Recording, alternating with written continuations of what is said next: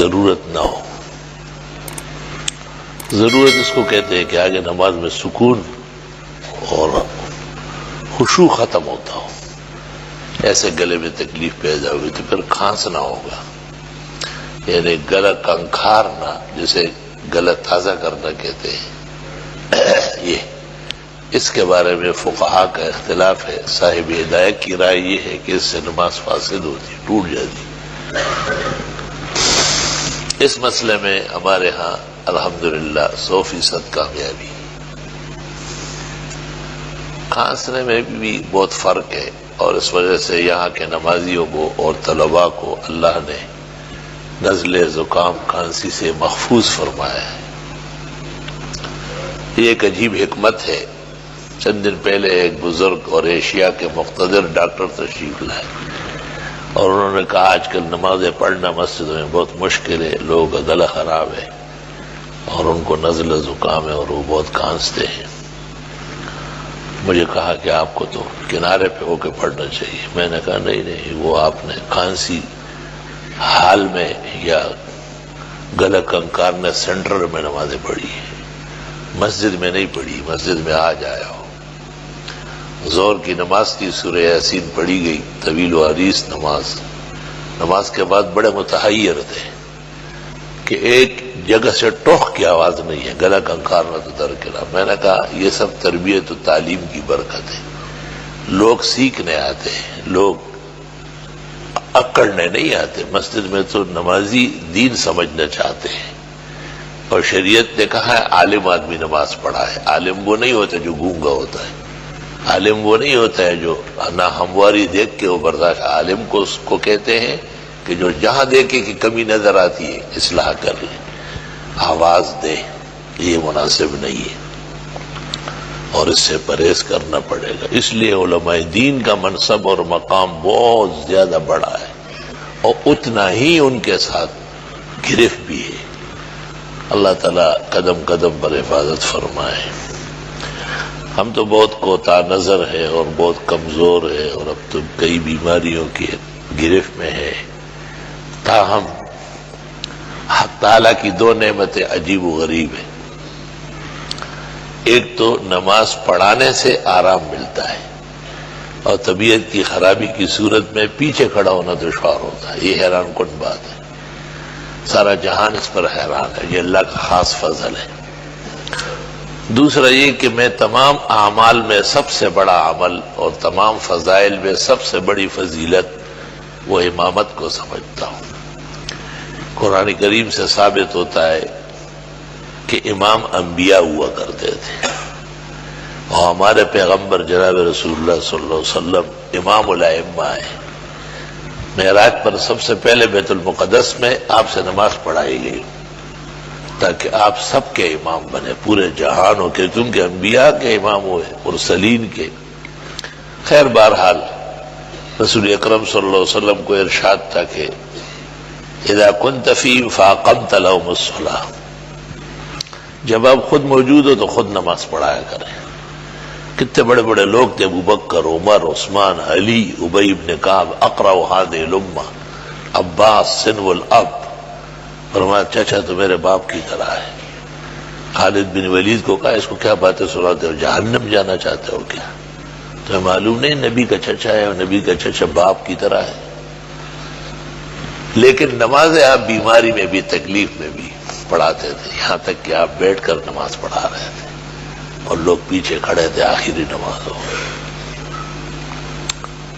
میں نے محمد انور شاہ کو تاکید بھی کی ہے اور وصیت بھی کی ہے، اور ان کے لیے دعا بھی یہی کی ہے کہ ممبر و محراب سے محبت پیدا کرو، اور ممبر اور محراب کو عمر بھر اپنے لیے سب سے افضل الاعمال، افضل الاشغال، روح الارواح، حیات الحیات، سر الاسرار، سماوات اور اردین کی بڑی نعمت کا گنجینہ اور خزانہ سمجھو. خبردار کہ اس سے ادھر ادھر ہو گئے، ورنہ میری نسبت اور میرا شرف تجھے قطعاً حاصل نہیں ہے. اس کو یہی تاکید ہے، اس کی ماں کو، بہنوں کو، جاننے والوں کو، سب کو سمجھایا ہے کہ بس یہ زمانے کا امام بنے، اور اپنی نماز، اپنی مسجد، اپنا ممبر، اپنا محراب اس کو سجائے رکھے. سارا جہان اس کے پیروں میں خود بخود آئے گا، کیونکہ یہ انبیاء و مرسلین کا منصب ہے۔ انور شاہ سے مراد صرف وہ بیٹا نہیں ہے، یہ جتنے مجھ سے پڑھنے آئے ہیں 800 1000 دور حدیث کے 250 300 طلباء تخصص کے، اور یہ سابعہ و سادسہ و خامسہ کے، اولا و اعدادیہ کے، ثانیہ و ثالثہ کے، ناظرہ اور اعدادیہ کے، یہ سب انور شاہ ہے۔ شکل ایک ہے اور نام مختلف ہے، حقیقت میں وہی بیٹا ہوتا ہے جو اپنے بڑے کے علوم اٹھاتا ہے۔ بیٹا حقیقت میں وہ ہوتا ہے جیسے رسول اللہ صلی اللہ علیہ وسلم کا نسبی بیٹا کوئی نہیں، لیکن جہان اولاد سے بڑھ کر ہے۔ ما کان محمد ابا احد من رجالکم، حضرت تم میں سے کسی مرد کے باپ نہیں ہے، ولکن رسول اللہ وخاتم النبیین، اس کے بدلے میں دو منصب، ایک رسالت، دوسری خاتمیت۔ تو اس سے پتہ چلتا ہے کہ نسب سے حسب بلند ہے، نسب پر حسب کو غلبہ ہے۔ حسب معنی کمالات، حسب معنی نیک وراثت، حسب معنی دینی خصلت، حسب معنی انبیاء اور اولیاء کا مشترک پروگرام، لا الہ الا اللہ۔ تو یہی خیال ذہن میں رہے، اپنی اولاد کو بھی صرف دنیا دار بنانے کی کوشش نہ کرو، یہ ظلم ہوگا بہت بڑا۔ دنیا تو ویسے ہی آتی ہے، گھاس پھوس تو ویسے ہی آ جاتی ہے، اصل نیت تو اناج کی ہوتی ہے، اب اس کے ساتھ گھاس اور بھوسا اور سب چیزیں ساتھ لگی ہوتی ہے۔ جب دنیا میں رہیں گے تو دنیا آگے پیچھے ہوتی رہے گی۔ اب پیغمبر نے کہا بھی ہے کہ رزق حلال کی کوشش فرائض کے بعد فرض ہے، لیکن فرائض کا لحاظ کوئی نہیں کرتا، رزق حلال کے لیے دیوانہ وار ہوتا ہے۔ یہ نامناسب بات ہے، یہ پیغمبر کے منشا کو بدلنے کی بات ہے، جو فائدہ نہیں نقصان کی بات ہے۔ الحمدللہ الحمدللہ۔ دوسرا مسئلہ یہ ہے کہ دعا میں بہت توجہ ہونا چاہیے۔ دعائیں جو مانگتے ہیں تو بہت دکھ پہنچتا ہے بہت زیادہ، دعا میں ہاتھ مروڑنا، دعا میں ادھر ادھر دیکھنا، دعا میں عجیب عجیب حرکتیں ہوتی ہیں۔ اس سے مطلب یہ ہے کہ دعا پہلے سے پتہ چل گیا کہ یہ مردود دعا ہے۔ دعا میں تو سب سے زیادہ متوجہ اللہ ہونا چاہیے۔ وہ ذوالنون مصری نے جو ایک ہاتھ اٹھایا تھا، الہام آیا کہ بے حیا بے شرم، میں نے 2 ہاتھوں کے لیے رحمت بھیجی تھی، تو نے ایک ہی ہاتھ اٹھایا، عمر بھر ایک ہاتھ مفلوج ہو گئے۔ دعا کے کتنے آداب لکھے گئے ہیں۔ جب ایک آدمی نے پہلے درود پڑھا تو حضرت نے ٹوک دیا بالکل، اور فرمایا عجلتا، عجلت کر رہے ہو، جلدی سے کام لینے لگے۔ اس طرح دعا ہوتی جو تم مانگتے ہو۔ اذا دعوت فاحمد ربک، جب دعا کرو پہلے الحمدللہ پڑھو۔ اب اس ثناء اللہ، یا اللہ کی کوئی تعریف تو کرو، سبحان اللہ والحمدللہ، اللہ اکبر، التحیات للہ، یہ سارے کلمات خداوند تعالیٰ کے تشکر، ثناء، تفضل، تفقہ اور الوہیت کے کلمات مبارکہ ہے۔ ثم صلی علی نبیک، پھر درود بھیجو۔ تو غور فرمائیے کتنے بزرگ کہلاتے ہیں، کتنے بڑے بڑے مقامات کے لوگ ہیں، کتنے بڑے بڑے سالانہ اجتماعات ہیں، لیکن دعا شروع ہوتی ہے درود شریف سے، یعنی پیغمبر کی مخالفت سے۔ یوں سمجھیں یہ کیا دعا ہو گئی۔ اور بعض مسائل ایسے ہیں جو عادت بن گئے، اب وہ بدلتے ہی نہیں ہیں، وہ حیران ہوتے ہیں بالکل۔ اسی سے یہ گھڑ لیا کہ ہر وظیفے کے ورد کے شروع میں درود شریف، خدا جانے کہ یہ بدعتیوں سے ڈر کی وجہ سے ہوا ہے، کیا مصیبت ہوئی۔ کوئی عمل اسلام میں ایسا نہیں ہے جس کی ابتدا درود شریف سے ہو۔ تمام اعمال کی ابتدا الحمدللہ، قرآن دیکھو الحمدللہ سے شروع ہے،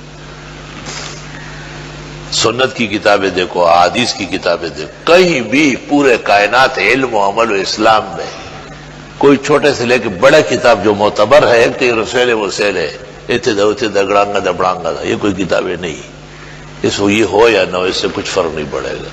وہ کتاب ہے جس کے ہم پابند ہیں، وہ کتاب ہے جس کے سامنے امت سرنگوں ہے، وہ کتابیں جو حجت ہے، وہ کتابیں جو دلائل شرعیہ ہے، ان میں کہیں بھی آپ کو ابتدا میں درود نہیں ملے گا الحمدللہ رب العالمین، یا کوئی سا کلمہ ہو۔ یعنی یہ بتانا یہ چاہتا ہوں کہ حضرت کتنے دعاؤں پر متوجہ رہتے تھے۔ اور وہ ایک آدمی نے جو کہا مجھے جنت دے، اور جنت میں دائیں طرف بنگلہ دے، اور وہاں اتنے باغات دے، اتنی نہریں دے، اور یہ سب چیزیں حدیث میں آئی. یہ مانگ رہا تھا، آپ نے کہا بہت بیکار آدمی، بہت ہی جو ہے بے سر رجل، ناکار آدمی، دعا مانگنے نہیں جاتا. اچانک اس کے منہ سے نکلا اللہم انی اسألک العفو والعافیہ فی الدنیا والآخرہ، فتبسم وقال ما شاء اللہ اجاد وبلغ المراد کنز العمال کتاب الدعوات. اچانک اس آدمی کے منہ سے نکلا کہ اللہ میں آپ سے عفو اور عافیت مانگتا ہوں. آپ اتنے خوش ہوئے، آپ نے کہا ماشاء اللہ، جو بھی مانگا سب خوب مانگا، اور جو مانگا اب سب ملے گا. پھر فرمایا کہ مومن کو ایمان اور یقین کے بعد عافیت جیسی نعمت نہیں مل سکتی. بس ایمان اور یقین کے بعد صحت ہو، شفا ہو، تندرستی ہو، سلامتی ہو. روح صورت خشتس پر لے دخوچ نصیب شی اوراد نشید خزان ترخی جلکی. ایک پشتو شعر میں نے کہا ہے کہ کامل و اکمل صحت بہت بڑا بہار ہے، کاش کے نصیب ہو جائے اور خزان کے کڑوے جھونکے تلخ حملے اس پر نہ ہو تو اچھا ہے. روح صورت خشتس پر لے دے نصیب شی اوراد نشید خزان ترخی جلکی. بعض ہمارے رفقاء ہیں، ہمارے زیر تربیت ہے، لیکن وہ مجھ سے دور رہتے ہیں. کوئی نیٹ روم میں ہے، کوئی کہیں اور ہے، میرے ہی کاموں میں، دین کے کام میں لگے. مجھے بڑی حیرت ہوتی ہے کہ وہ کبھی جب صف میں آ جاتے اتنے پریشان، جیسے ان کے اوپر یہ پوری مسجد آپ نے رکھ لی ہے. کیونکہ ابھی وہ دعا مانگیں گے، دعا میں وہ ادھر ادھر دیکھیں گے، داڑھی کو کرچیں گے، آنکھوں کے ساتھ ہاتھ لگائیں گے. اب میں ان سے کہوں گا کہ آج تک اتنا زمانہ گزرا دعا بھی نہیں سیکھی. دعا اس طرح مانگتے ہیں؟ دعا میں آنکھوں کو ملنے کا کیا کام ہے؟ دعا میں داڑھی پہ ہاتھ پھیرنے کا کیا کام ہے؟ دعا میں آپ جغرافیہ یاد کرنے کا کیا کام ہے؟ کبھی دائیں کبھی بائیں. یہ تو رحمت الہی کا انحراف ہے. بہت زیادہ توجہ سے دعا مانگا کرو، تھوڑی سی مانگو لیکن توجہ سے مانگو. جب طبیعت میں انتشار ہو تو دعا ختم کرو. بغیر ہاتھ اٹھائے بھی دعا مانگی جا سکتی. مسجد میں داخل ہوتے وقت دعا مانگتے ہاتھ تو نہیں اٹھاتے، جاتے وقت دعا مانگے ہاتھ تو نہیں اٹھاتے، بیت الخلاء جاتے وقت دعا مانگتے ہاتھ نہیں اٹھاتے، گھر داخل ہوتے وقت، نکلتے وقت، کپڑا پہنتے وقت. کون سا وقت ہے؟ ہر وقت دعا ہے. علماء دین نے لکھا ہے رسول اکرم صلی اللہ علیہ وسلم نے جو کم ہاتھ اٹھائے استسقاء میں، اور جو صحابی نے گھر بلایا تھا کہ میرے گھر نماز پڑھے، آپ کھانا کھائے، وہاں کھانا کھانے کے بعد نماز پڑھی، اور پھر وہ نماز بھی نفل ہے، سنت ہے، اور دعا مانگی. یا بعض اوقات تکلیف کی اطلاع مل جاتی تھی، ابو عامر شہید ہو گیا تو ہاتھ اٹھائے، مرحوم کے لیے دعا مانگی. زنیرہ اندھی ہو گئی اور صحابہ نے کہا حضرت وہ مشرکین کہتے ہیں بتوں نے اندھا کیا ہے. آپ نے کہا دنیا میں لوگ ایسی تکلیف ہے. حضرت صحابہ نے کہا سر نہیں ہے، اس کے یہاں کے بحال ہونا ضروری ہے، ہم یہاں کام نہیں کر سکتے. آپ نے پانی منگوایا، وضو کیا، 2 رکعت پڑھی اور پھر ہاتھ اٹھائے، کہا اللہ زنیرہ کو ابھی جو ہے نا بینائی بحال کرے. آپ کے ہاتھ ابھی اٹھے ہوئے تھے کہ خبر آ گئی کہ زنیرہ کی آنکھیں صحیح ہو گئی، بحال ہو گئی. علماء کہتے ہیں کہ آپ نے اپنی خاص نبوت کی جو 18 تھی وہ استعمال فرمائی. اللہم صلی وسلم علیہ. میرا مطلب یہ ہے کہ دعا تو ایسے اعمال میں سے ہے، میں بڑے بزرگوں پر بھی حیران ہوتا ہوں، یہ دعا کرو یہ نہ کرو. بھائی دعا تو ہماری اپنی حاجت ہے، دعا میں آپ کا کیا کام ہے؟ دعا کے آداب بتائے جاتے ہیں کہ بھئی ہاتھ صحیح طرح اٹھاؤ، سینے کے سیدھ میں، دونوں ہاتھوں کے بیچ میں تھوڑا سا فاصلہ رکھو تاکہ زیادہ رحمت آ جائے. دعا میں اللہ کی حمد و ثنا کرو، پھر درود شریف پڑھو، پھر اپنی حاجات اللہ کے سامنے بار بار رکھو. جو دعائیں قرآن کریم میں وہ پہلے ہیں، جو سنت میں ہے اس کے بعد ہے، جو اپنی ہے وہ تیسرے درجے کی ہے. اللہ اکبر. دعا ایسی چیزوں کی مانگی جائے جو شرعاً جائز ہو. کوئی دعا مانگے خدا مجھے نبی بنائے، غلط بات ہے، کافر ہو جائے گا. کیونکہ نبوت محمد باندھے تمام دے نشتہ پسل محمد انبیاء. آپ کے بعد کوئی نبی نیا نہیں آئے گا، وہ عیسیٰ مسیح ہی ہے جو آئے گی. تو دعا کے اندر کہتے احترام و ادب کا بھی لحاظ ہے. وہ ہمارے یہاں ایک شخص تھا، وہ کہتا مجھے کچھ زیادہ نہیں، بس ایک بیت الخلا دے دیا جائے جنت میں، وہی بہت. تو میں نے اس کو کہا خان صاحب صرف آپ 1 گھنٹے کے لیے مسجد کی بیت الخلا میں آپ کو بند کرتا ہوں، دیکھتے ہو آپ بیٹھ جائیں. یہ تم تو اللہ کی نعمتوں کا مذاق اڑاتے ہو. اللہ جب جنت نعیم، جنت نزلا، جنت الماوا، جنت الفردوس، جنت دار السلام، جنت عدن، کیا کس میں بیان کر رہا ہے؟ تم کہتے مجھے بیت الخلا چاہیے. یہ تو ایسا ہے جس طرح کوئی کہے مجھے جنت کی نعمت ہے نہیں، وہاں کا پیشاب پاخانہ چاہیے. وہاں پیشاب پاخانہ کہاں ہے؟ ان چیزوں سے اللہ نے جنت کو پاک صاف رکھا ہے. یہ تو دنیا کی چیزیں ہیں اور اس کی آلائش ہے. تو اچھی چیزیں مانگے اور خوب مانگے اور بار بار مانگے اور خوب توجہ سے مانگے. کسی مخلوق کے ساتھ آپ کا کام ہو، سخت ہو نرم ہو، کرنے والا ہو، پہلے پتہ کرو اللہ تعالیٰ سے. پہلے 2 رکعت صلاۃ حاجت پڑھو، خوب دعا مانگو. پھر 2 رکعت صلاۃ استخارہ پڑھو. استخارے کا مطلب یہ نہیں کہ یہ کرو یہ نہ کر. استخارے کا مطلب ہے اللہ میں آپ سے خیر کا طلبگار ہوں. خدایا میری زندگی میں، میرے علم میں، میری صحت میں، میری اولاد میں، میرے ماحول میں، میرے معاشرے میں خیر غالب فرما. استخار، طلب الخیر. بعض نادان کہتے ہیں کہ استخارے کے معنی اللہ سے مشورہ، بالکل غلط. اس کو تو استشار کہتے ہیں. الاستشار مع الاخوان والاستخار من اللہ جل وعلا. استخارہ کثرت سے کرنا، ہر روز کسی نہ کسی بہانے 2 رکعت استخارہ کے پڑھنا اور دعائے استخارہ پڑھنا بہت بڑا تریاق ہے.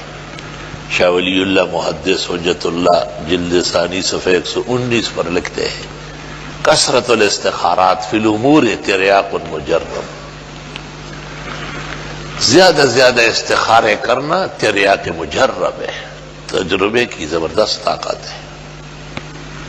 اور حافظ ابن حجر رحمہ اللہ شارح الدنیا، شارح البخاری، وہ ایک جگہ لکھتے ہیں کتاب الدعوات فتح الباری میں کہ کثرت الدعوات من دیدن المستجاب وترکها کأنہ رد.